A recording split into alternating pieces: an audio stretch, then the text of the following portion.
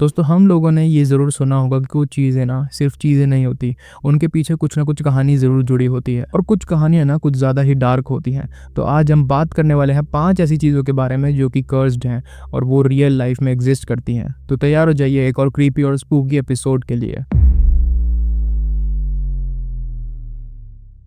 The एंग्लिश man एक painting है जो कि एक अननोन आर्टिस्ट ने बनाई थी। इस पेंटिंग के मालिक शेन रॉबिन्सन जो कि कमरिया इंग्लैंड के रहने वाले हैं। उनका ये कहना था कि उन्हें ये पेंटिंग अपनी दादी से विरासत में मिली थी और उनकी दादी ने उन्हें ये बताया था कि जो इस पेंटिंग का आर्टिस्ट है उसने अपने खून के साथ ना पेंट मिक्स कर ये पेंटिंग को ड्रॉ किया था और इसको पेंट करने के बाद उन्होंने अपनी जान ले ली थी। उनकी दादी ये क्लेम किया करती थी कि उनको ना कोई ईरी फिगर दिखती है जो कि एकदम ही डार्क है एंड उन्हें बहुत सारी अजीब अजीब चीजें भी सुनाई देती हैं, किसी के चिल्लाने की आवाज या फिर किसी की फुसफुसाहट करने की आवाज। शेन रॉबिन्सन ने 2010 में अपने YouTube चैनल पर इस पेंटिंग के हॉन्टेड वीडियोस भी अपलोड करे थे, जिसमें उन्होंने दावा किया था कि उनके घर में किसी के रोने और कराहने की आवाज आती है और वो ये भी क्लेम करते थे कि उन्होंने एक शैडोई फिगर भी देखा है अपने घर में जब से पेंटिंग उन्होंने बेसमेंट से अपने बाहर निकाल के लगाई थी, जैसे कि उनकी दादी कहा करती थी। ये पेंटिंग देखकर ना काफी ज्यादा डार्क और क्रीपी सी वाइब्स आती हैं। कमेंट सेक्शन में बताना कि आपको ये पेंटिंग कितनी डार्क लगती है।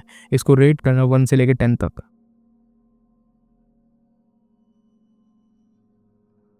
द बस्बी स्टूप चेयर या फिर द डेड मैन चेयर एक ऐसी ओक की कुर्सी है जो कहा जाता है कि हत्यारे थॉमस बस्बी ने ना अपनी फांसी से पहले 1702 में नॉर्थ यॉर्कशायर यूनाइटेड किंगडम में श्रापित कर दी थी। ये कुर्सी ना कई सदियों तक बस्बी स्टूप इन जो कि थर्स के पास है उसमें इस्तेमाल होती रही। ऐसा कहा जाता है कि जो लोग इस कुर्सी पर बैठते थे उनकी मौत हो जाती थी, इसीलिए 1978 में बस्बी स्टूप इन के मालिक ने ना इसे थर्स म्यूजियम को दान कर दिया था। लोगों का दावा तो ये भी था कि वर्ल्ड वॉर 2 के दौरान जितने भी सैनिक इस कुर्सी पर बैठते थे ना उस पब में आकर, वो कभी भी अपनी जंग से वापस लौटते ही नहीं थे। एंड 1978 में आखिरकार थर्स म्यूजियम ने इस कुर्सी को ना हवा में लटका दिया ताकि कोई गलती से भी इस कुर्सी पर बैठ ना सके।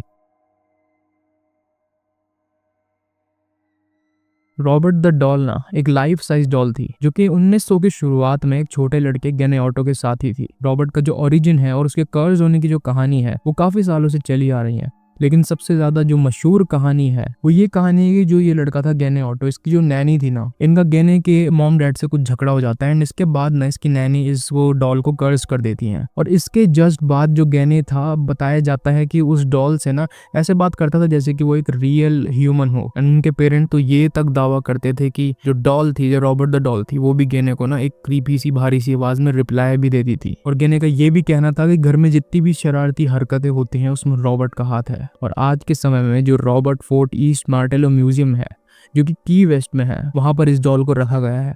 और जो टूर होता है ना जहाँ पर लोग इसको देखने के लिए आते हैं या फिर किसी की परमिशन के बिना अगर कोई भी टूरिस्ट इस म्यूजियम में आकर रॉबर्ट की फोटो ले लेता है तो कहते हैं कि उसका ना बैड लक शुरू हो जाता है। एंड कई लोग ये भी दावा करते हैं कि उन्हें सपने में रॉबर्ट दिखा था। एंड अगर कोई फोटो भी ले लेता है ना ऐसी, तो उस म्यूजियम में आज भी रॉबर्ट के लिए लेटर आते हैं जिनमें की अपॉलॉजीज होती है उन लोगों की जिन्होंने भी बिना परमिशन के उसकी फोटो ली थी।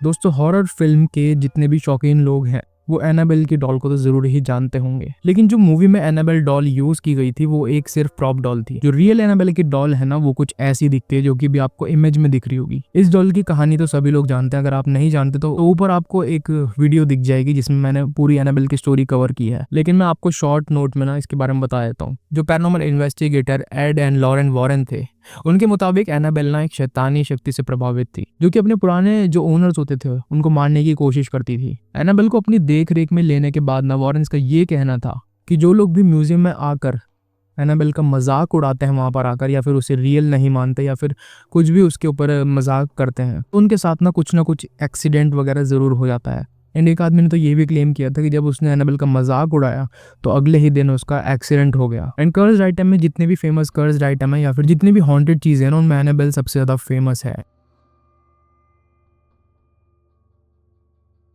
द डेल्फी पर्पल सफायर जो कि कर्स्ड एमेथिस्ट के नाम से भी जाना जाता है। डेल्फी पर्पल सफायर को ना 1857 में इंद्र के मंदिर से चुराया गया था और कॉलोनल डब्ल्यू फेरिस इसे इंग्लैंड ले आए थे अपने साथ। फेरिस ने जल्दी ही अपनी जितनी भी दौलत थी और अपनी जो हेल्थ थी वो खो दी। एंड सेम उनके बेटे को भी यही बैड लक झेलना पड़ा। एंड कहा जाता है कि इस जेम के कांटेक्ट में आने से उनका जो एक दोस्त था उसने तो सुसाइड भी कर लिया था। ऐसा लगता था कि डेल्फी पर्पल सफायर के जो भी कांटेक्ट में आता है ना इस जेम के, वो लोग ना बैड लक का शिकार हो जाते हैं, एक्सट्रीम बैड लक, या फिर उनकी सेहत एकदम से खराब हो जाती है। और सबसे जो स्पूकी इंसिडेंट है इसका वो ये है कि एक सिंगर ने ना इस जेम को अपनाने की कोशिश करी थी एंड इस जेम की वजह से सोचो उसकी आवाज़ ही चली गई। सो ये थे हमारे कुछ 5 कर्स्ड आइटम जिनके बारे में मैंने आपको बताया। आपको ये 5 आइटम्स वाली सीरीज कैसी लगी है मुझे कमेंट में ज़रूर बताना। इससे जस्ट पहले हमने 5 कर्स्ड इमेजेस की वीडियो बनाई थी, आप उसे यहाँ पर ऊपर लिंक पर क्लिक करके देख सकते हैं। कमेंट में ज़रूर बताना आपको सबसे ज़्यादा क्रीपी आइटम कौन सा लगा एंड मिलते हैं आपको नेक्स्ट वीडियो में।